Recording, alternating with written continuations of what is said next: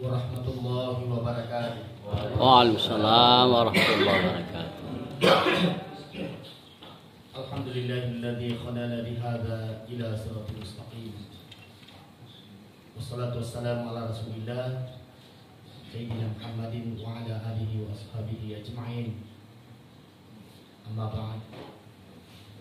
Faqad qala Allah Subhanahu wa ta'ala fil Qur'anil Karim wa huwa asdaqul qa'ilin.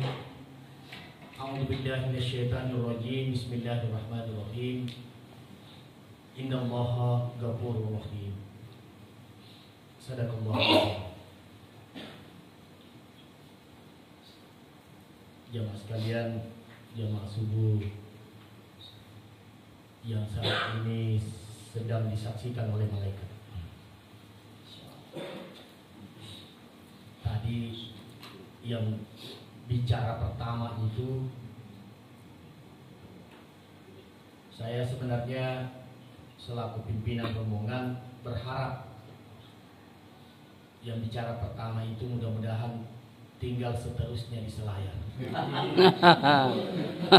Insyaallah. Amin amin. Nanti sama Pak Imam mudah-mudahan carikan istri di Selayar. Pak Imam ini oh iya, beliau qori, beliau hafiz, beliau penyuluh, tapi tidak ada istrinya. Jadi saya mohon ini Pak Imam nalami sarah sapar. Jamaah sekalian yang saya hormati dan saya muliakan, insya Allah saya ceramah tidak panjang. Saya tahu kalau di tempat ini banyak hafiz, banyak hafizah, banyak qori, banyak qori'ah. Bahkan kalau setahu saya dari rombongan Kabupaten Baru itu ada hafiz hafizah 30 juz, bukan cuma peserta saja, tapi official pelatih itu ada di sini 30 juz, dan itu rutin menghafal sampai hari ini. Kalau saya hafiz juz ke-30, itu pun terkadang macet-macet karena tidak diulang-ulang. Termasuk jamaah yang ada di sini, nanti kalau selesai sholat kita ini, kita buka Quran. Kalau orang Selayar itu disebut Quran kecil dan Quran kecil, Quran besar, Quran Becu, Siwawa, Quran Lompo. Sebenarnya dalam kamus dalam Islam itu tidak ada istilah Quran kecil dan tidak ada Quran besar. Tidak boleh dipisahkan. Tapi saya hanya mengatakan bahwa yang dimaksud di Selayar itu Quran Becu, mungkin juz ammah, juz yang ke-30. Tapi Nabi dan sahabat itu tidak pernah memisahkan Quran kecil dan Quran besar. Tidak ada istilah itu, hanya ada di istilah Bugis Makassar. Yang isinya jamaah sekalian itu 30 juz, 114 surah. Jumlah ayatnya, ini berbeda pendapat para ulama kita. Ada yang menyebut 6.624, ada yang menyebut 6.600. Nah, balik mani bawah 42, 24 balik jadi 42. Ada yang menyebut 6.666. Tapi berapapun jumlahnya, menurut Pattarona Andai Gurutta yang semua-muanya itu pasti menyebutkan jumlah ayat di dalam Al-Quran itu lebih 6.000. Jadi kalau ada yang kurang 6.000 perlu dipertanyakan. Jadi lebih 6.000. Jumlah hurufnya itu 1.027.000. Jadi kalau anak-anak ini seperti Fahmi ini yang habis 30 juz, itu jumlah ayat, jumlah hurufnya 1.027.000. Mungkin ada yang tidak pernah menghitung, cuma hafal saja sampai 30 juz, Tapi kalau sudah dihafal 30 juz itu berarti jumlah hurufnya 1.027.000. Jamaah sekalian, kalau kita buka Quran nanti kita temukan ada ayat yang diakhiri dengan Innallaha ghafurur rahim. Innallaha ghafurur rahim atau ghafurur rahim. Itu artinya sesungguhnya Allah Maha Pengampun dan Maha Menyayang.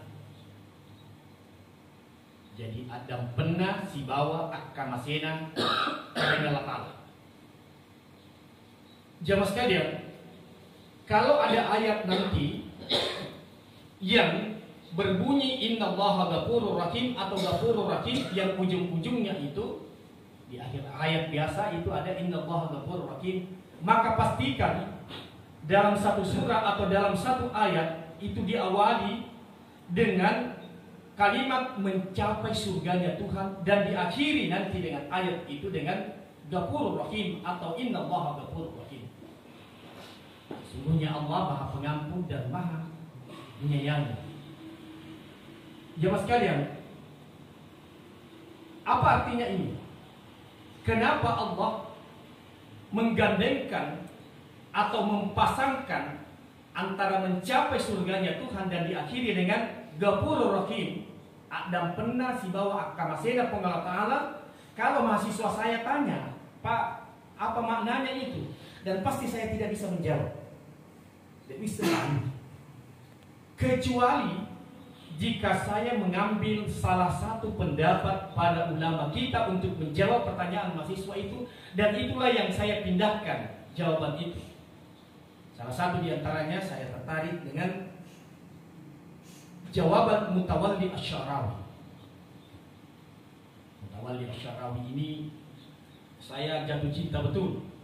Kalau dia perempuan, saya jadikan istri di Selayar. Kalau dia perempuan, saya kasih kawin dengan Ustaz Ibrahim tadi. Kenapa? Saya tertarik betul. Hampir semua pendapat-pendapatnya, fatwa-fatwanya Mutawalli Asy-Sya'rawi, buku-bukunya, makalah-makalahnya itu saya koleksi di rumah. Karena saya terlanjur jatuh cinta sama Mutawalli Asy-Sya'rawi. Padahal Mutawalli Asy-Sya'rawi itu matanya agak kabur. Bahkan ada yang menyebut terakhir menjelang wafatnya Mutawalli Asy-Sya'rawi itu matanya buta, tapi tidak buta hatinya. Beda kita ini, melek mata, melihat mata, kita matai tapi buta hati. Dan mungkin itu yang disinggung Tuhan. Khatamallahu ala qulubihim wa ala sam'ihim wa ala absarihim ghishawatun wa lahum adzabun adzim. Engkau tahu, niat tahu, sudah dikunci mati hatinya oleh Allah. Apapun yang disampaikan pasti ada jawabannya. Apapun yang disampaikan pasti dia tolak. Apapun yang disampaikan pasti menjadi lawan kita. Itulah orang yang dikunci mati hatinya oleh Allah. Khatamallahu ala qulubihim. Jemaah sekalian yang saya hormati dan saya muliakan, sampai jam berapa Ustaz Ibrahim?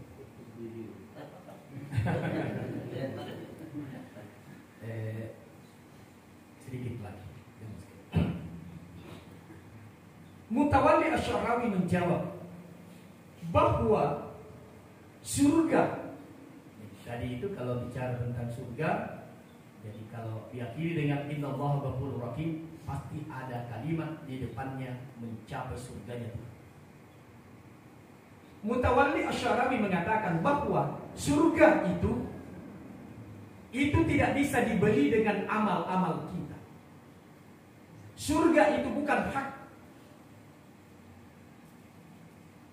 Dan kita yang bilang sesudah takbir Allahu Akbar, kita baca doa iftitah, apapun modelnya bacaan iftitah kita, tapi ada kalimat di dalamnya, inna salati wa nusuki wa mahyaya wa mamati lillahi rabbil alamin. Sesungguhnya salatku, ibadahku, hidup dan matiku. Kalau bicara tentang salat, tentang ibadah yang lain, hidup dan mati hanya milikmu Tuhan. Ini mana pun buang, aga ya pundangi. Jadi salah jamaah sekalian. Atau kalau paling tidak kurang tepat kalau ada orang yang salat itu mengharap surganya Tuhan. Karena tidak ada kalimat di dalam bacaan salat kita itu mengharap surganya Tuhan. Yang kita cari itu adalah nas'aluka ridhaka wal jannah wa na'udzubika min syakhrika wan nar. Karena itu kan miliknya Tuhan. Karena itu miliknya Tuhan, bukan haknya kita. Yang disebut hak itu akuna-kuna ngetah.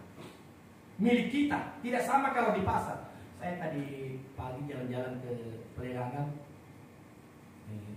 murah ikan di sini, murah sekali. Saya coba-coba beli ikan. Berapa harganya ini Pak? 100.000. Dia bilang, kita kapilah Ki, karena mobil tak sedap kapilah. Iya, saya dari Bandung. Yang bagi ambil 100.000, 90.000. Saya ambil ikan itu 90.000. Saya sorong uang saya 100, kemudian dikasih kembali 10.000. Ini ikan ini yang banyak ini adalah hak saya. Yang disebut hak itu kepemilikan mutlak saya karena saya sudah serah ijab kabul. Kalau dalam Islam saya sudah bayar dan saya sudah ijab kabul, lalu tiba-tiba ada orang atau penjual ini tidak kasih saya boleh berkelahi. Boleh. Saya boleh mempertahankan hak, dan kalau saya mati dalam mempertahankan hak itu syahid. Kalau di Selayar ini katanya kriminal, mungkin karena wakil bupatinya bisa ceramah, bisa khutbah. Dan beberapa kali pertemuan ini termasuk sore, saya sama-sama Pak Wakil Bupati di Warkop Merah Putih. Ternyata beliau puasa. Dan jarang-jarang saya bilang, Pak Wakil, saya doakan Ki, mudah-mudahan hidup tak sejahtera, hidup tak berkah. Karena jarang-jarang itu ada bupati, wakil bupati bisa ceramah. Bahkan beliau khutbah. Pak Wakil ini kalau ke Aceh sudah bisa bersyarat menjadi pimpinan, gubernur, bupati, wakil bupati, calon kepala desa dan seterusnya. Karena persyaratan di Aceh itu yang boleh jadi gubernur, yang boleh jadi bupati, yang boleh jadi camat, yang boleh jadi dipilih oleh rakyat desa, itu persyaratannya bisa khutbah atau bisa ceramah. Dan itu bagus. Karena kalau pimpinan bisa ceramah, kebijakan-kebijakan itu bisa disampaikan di mimbar. Saya mohon maaf ini jamaah sekalian, saya biasa ceramah juga seperti ini, dan jabatan sehari-hari saya menjadi kabak kesra. Kalau saya ceramah tok saja, berkotek-kotek, saya habis ini suara. Mumpung kalau ada jamaah 1-2 yang bisa masuk di masjid ini, karena saya penceramah. Mohon maaf ini para penceramah. Tahu saya banyak sekali penceramah di sini. Biasa berkotek-kotek, tapi orang di luar itu katakan, Ustaz kaya. Bila mata anak kaya Ustaz sih. Tapi kalau saya ceramah dalam kapasitas saya sebagai kabak esra, sebagai camat, sebagai bupati dan seterusnya, sampaikan saja, saya mau datang di masjidmu itu. Kalau tidak datang, awas, saya pindahkan, saya mutasi. Semua camat, semua lurah, semua pegawai itu masuk semua, meskipun tidak berwudu. Karena dalam kapasitasnya ada kekuatan yang dia miliki. Tapi kalau penceramah seperti Ustaz Kahar tadi kemarin malam, kalau dia ceramah, dia bilang, Ustaz cari taji. Tapi coba kalau saya sebagai seorang bupati, saya bilang kok cari taji. Sebentar sebelum saya turun ini terima SK, pindah ke tanah keke. Ada pulau apa namanya di luar di sini kan? Iya, ada pulau yang di sini sudah dekat-dekat dengan provinsi lain. Kalau Anda bilang cerita Ustaz. Jamaah sekalian yang saya hormati dan saya muliakan kembali. Itu bukan kepemilikan kita. Karena kita yang bilang seluruh ibadah kita itu miliknya semua sama Tuhan. Anda puasa, Anda salat, Anda berzakat, Anda nilai pahalanya, naik haji dan seterusnya, luar biasa jamaah sekalian. Tapi tidak berhak kita mendapatkan imbalan pahala dari Tuhan kecuali kita hanya mengharap ridhonya Tuhan. Termasuk salat yang kita lakukan. Atau nanti kalau kita baca Quran sesudah ini, bukan hak kita. Tidak sama tadi itu kalau beli ikan, itu hak kita. Sama dengan kalau tiba-tiba di rumah kita ada perampok yang mengambil barang-barang kita, kemudian kita pertahankan itu barang-barang kita, dan kita mati dalam mempertahankan barang-barang kita, karena itu adalah hak kita. Kita syahid, kita mati syahid. Oleh karena itu jamaah sekalian,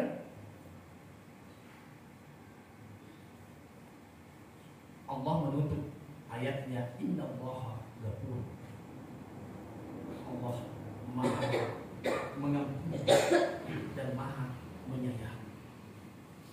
Maksudnya Mutawalli Asy'arawi, kalau kita beribadah itu hanya mengharapkan surganya Tuhan, itu tidak tepat, karena itu bukan milik kita. Yang kita cari itu adalah ridhonya Tuhan. Pun nanti kalau kita masuk surga, kotama ki surga matu, bukan karena banyaknya amal kita dan bukan karena sedikitnya dosa yang kita lakukan, tetapi kita akan masuk surga insyaallah hakul yakin. Itu karena Ghafurur Rahim, dan pernah si bawa kamasina pengetahuan subhanallah. Coba kita lihat ya mas kalian, tidak usah jauh-jauh, kita lagi sholat, kita takbir Allahu Akbar, apakah benar atau tidak? Wallahu a'lam.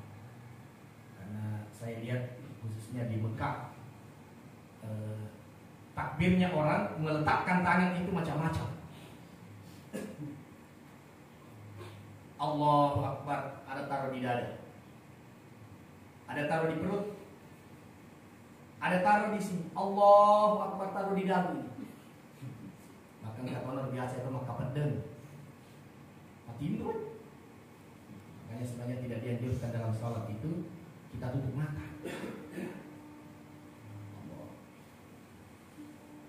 Tutup mata mati itu. Bahkan ada yang saya temukan itu daerah Maghrib. Ini mazhabnya Ahmad bin Hambal. Allahu Akbar tidak lipat tangan, turun ke bawah, dan itu rata-rata orangnya hitam, negro. Allahu Akbar tidak lipat tangan, turun saja begini. Ternyata saya buka literatur, dibolehkan.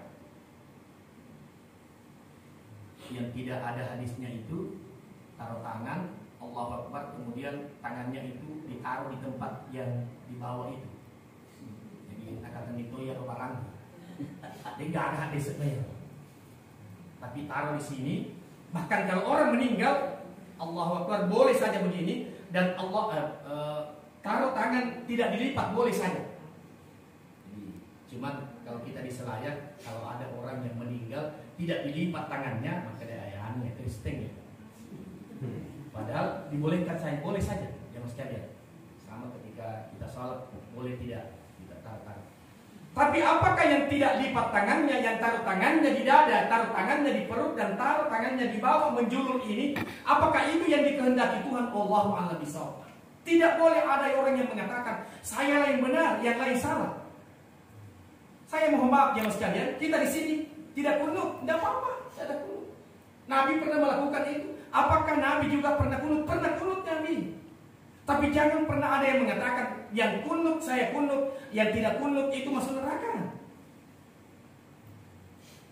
Saya tidak kunut, yang kunut masuk neraka. Saya kunut kemudian tidak kunut masuk neraka. Tidak boleh ada melakukan begitu. Silakan jamaah sekalian lakukan itu.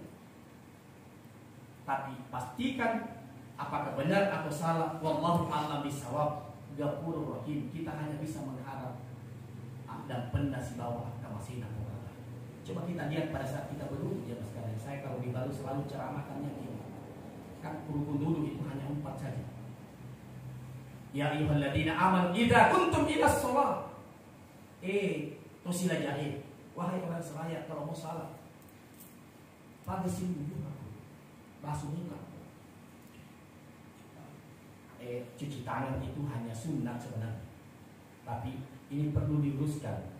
Saya sudah bikin coret-coret buku sampai hari ini belum selesai juga. Saya rubah itu. Kalau biasanya di tempat saya itu pengertiannya sunat, kalau dilakukan dapat pahala, kalau tidak dilakukan tidak apa-apa sih. Saya rubah itu bukan tidak apa-apa sih. Saya tetap sampaikan bahwa sunat itu melakukan dapat pahala, tidak melakukan rugi. Bukan tidak apa-apa, tapi rugi. jamaah sekalian yang saya hormati dan saya sunat saja ini. Tapi saya lakukan itu karena kalau saya tidak lakukan, rugi saya. Berkumur-kumur, sunat saja ini. Yang wajib itu basuh muka. Coba perhatikan kalau kita berwudu atau orang lain berwudu, perhatikan. Makanya saya biasa kalau orang berwudu di depan saya perhatikan. Saya bilang begini, 20. Ada orang berwudu begini, ini bawa taruh beta. Apalagi ibu-ibu, tapi bukan ibu-ibu di sini, maksud saya ibu-ibu di Baru. Dia tidak buka jilbabnya. Kalau dia berwudu, berarti kalau dia tidak buka jilbabnya, tidak kena air ini. Karena tidak mungkin itu berwudu karena jilbabnya air. Kemudian, fagsilu wujuhakum wa aydiyakum ilal marafiq, dari tangan sampai siku. Meskipun bukunya Ki Haji Abdurrahman Ambodale mengatakan wa aydiyakum ilal marafiq. Ilal marafiq, ila itu bukan ke tapi dan. Tangan dan siku. Kalau saya sendiri menerjemahkan tangan sampai siku. Tapi apapun, apakah dan atau tangan dan siku atau tangan sampai siku, pasti ada yang dimulai. Tidak mungkin langsung cak. Di mana memulai? Kalau menurut saya dimulai itu dengan tangan sampai siku. Tapi saya pernah melihat banyak orang, tapi lagi-lagi bukan di Baru tapi di Selayar. Itu mulai dari siku. Padahal ayat itu wa aydiyakum ilal marafiq turun ke sini. Tapi yang terjadi di Masjid Agung saya lihat kemarin dari siku ke tangan. Wamsahu bi ru'usikum, kepala, membasuh kepala. Mohon maaf, ini banyak hilafiyah di sini. Ada yang menyebut 3 lembar saja taruh di sini dan seterusnya. Tapi rata-rata kita kalau di Selayar ini banyak Muhammadiyah, 1 kali saja dengan taruh dengan telinga sampai di telinga. Silahkan saja, tidak ada masalah. Tapi saya tidak pernah menemukan dalilnya di sini.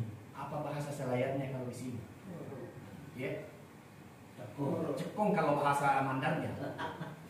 Kalau di sini, horo ya.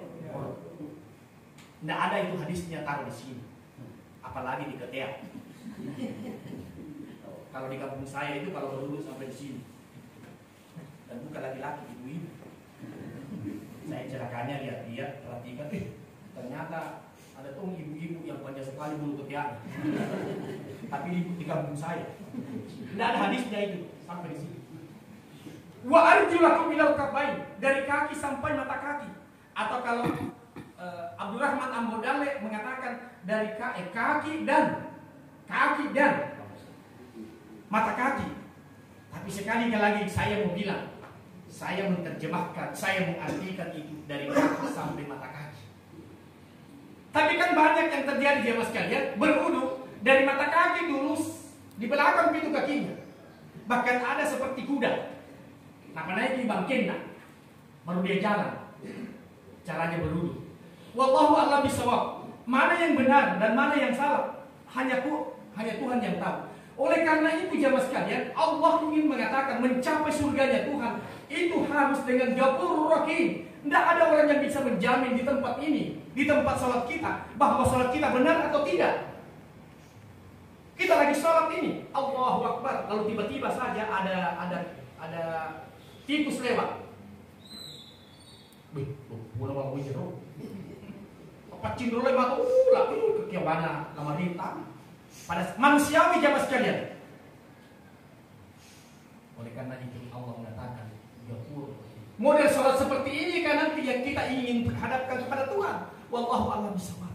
Pada umur kita mungkin sudah 60 tahun, 70 tahun, model salat kita seperti ini, cara berwudu kita seperti ini. Innallaha ghafurur rahim. Sesungguhnya Allah itu Maha Pengampun dan Maha Penyayang. Wasana kemarin kita serahkan sama Tuhan. Oleh karena itu jamaah sekalian, setelah selesai salat, seluruh ulama kita itu bersepakat bahwa setelah selesai salat ucapkan lafaz astagfirullahaladzim. mahasiswa saya tanya begini, Pak Ustaz, kenapa kita ucapkan astagfirullah? Bukankah astagfirullahaladzim itu kurang akaran?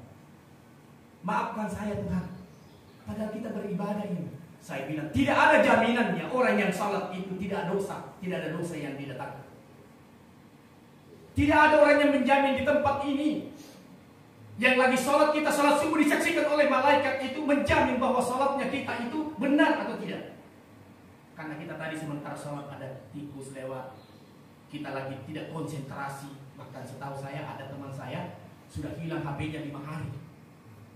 Karena magi itu nama dodong ini teman saya hilang HP. Dulu saja kita tidak punya HP, tidak seperti itu. Juga kelemahannya itu sekarang HP. Dia bilang bahkan Daeng, lebih baik istriku tidak ada di rumah 1 minggu daripada HP-ku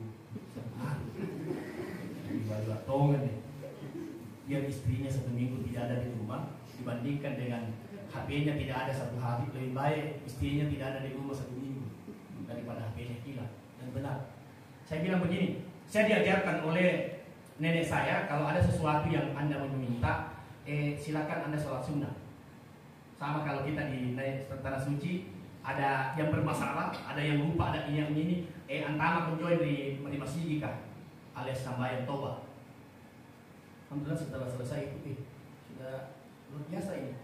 Ternyata jalanan ke sini. Ada teman saya seharusnya pulang ke sini, tapi pulang ke sini. Oh, pusat toko. Pada hotelnya sama-sama semuanya.